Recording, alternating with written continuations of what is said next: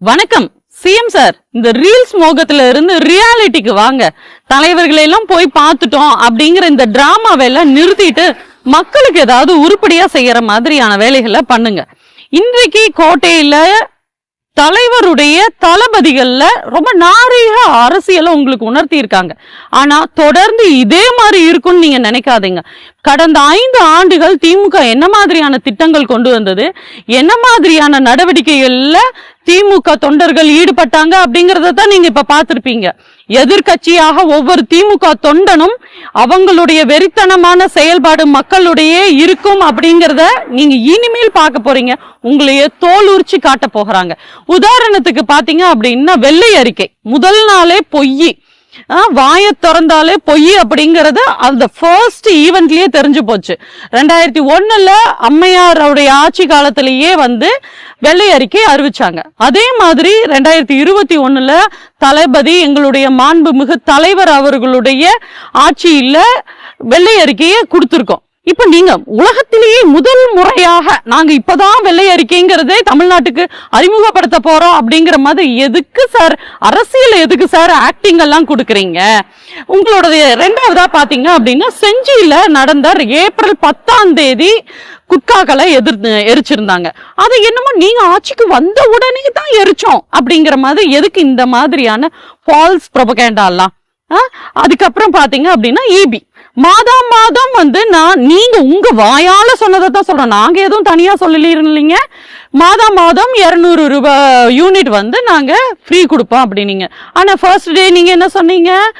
2 மாதத்திற்கு ஒரு முறை 500 யூனிட்டுகள் மட்டும், 500 யூனிட்டுக்கு குறைவாக பயன்படுத்துபவர்களுக்கு 200 யூனிட் ஃப்ரீ அப்படிங்கிறீங்க. அப்புறம் அலர்ட் ஆகி 500க்கு மேல போனவங்களுக்கு ஆல்ரெடி இருக்கக்கூடிய திட்டமான 100 யூனிட்டை நாங்க ஃப்ரீயா கொடுத்துருவோம் அப்படின்னு என்னமோ நீங்களே கொடுக்கற மாதிரி. அதுக்கப்புறம் பாத்தீங்கன்னா டாப் நாச் அப்படின்னு பாத்தீங்கன்னா உங்களுடைய கட்சியில வென்றிருக்கக்கூடிய 107 எம்எல்ஏக்கள்ல நாடு, அதாவது இந்தியா முழுக்க அப்படியே மணக்குது உங்களுடைய புகழ்.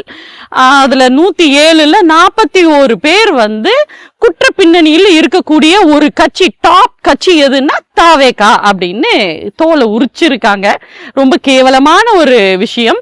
இதுல திமுக அதிமுகவை எல்லாம் தகர்த்து எரிந்துட்டு முதல் இடத்துக்கு நீங்க தான் போயிருக்கீங்க. தாவேகா தான் ஃபர்ஸ்ட் பிளேஸ்ல இருக்கு.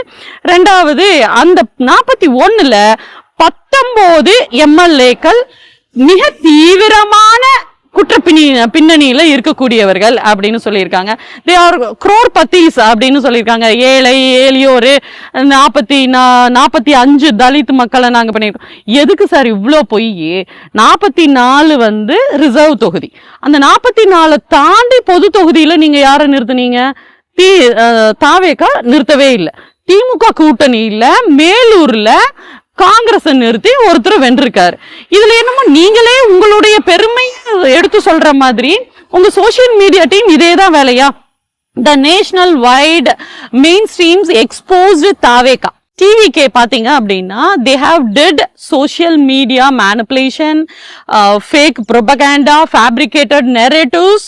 Through that they won the Tamil Nadu அப்படின்னு கிழிச்சு தொங்க விட்டுட்டு இருக்காங்க. இந்த மாதிரியான ஒரு கேவலமான செயல்பாடுகளை எல்லாம் விட்டுட்டு எங்க சீனியர்னு சொன்னார் இல்லையா, அதாவது திமுக தான் என்னைக்கும் பேரவையில சீனியர்ஸ். உங்களுக்கு உங்க கூட படிச்சாங்களா இல்ல உங்க ஜூனியரு அதெல்லாம் தாண்டி எங்க உதயன்னா சட்டமன்றத்துல உங்களை விட சீனியர் தான், ஜூனியர்லாம் கிடையாது. எதிர்கட்சிக்கு தலைவராக இன்னைக்கு பதவி எடுத்திருந்தாலும் கலைஞருடைய பேரனாக உங்களுக்கு தொடர்ந்து கவுண்டர் கொடுப்பாரு. என்னென்ன செய்யணும் என்னென்ன செய்யக்கூடாது அப்படின்னு அவர்கிட்ட போய் கொஞ்சம் ஆலோசனை கேட்டுக்கிட்டு உங்களுடைய செயல்பாடுகளை தீவிரப்படுத்துங்க.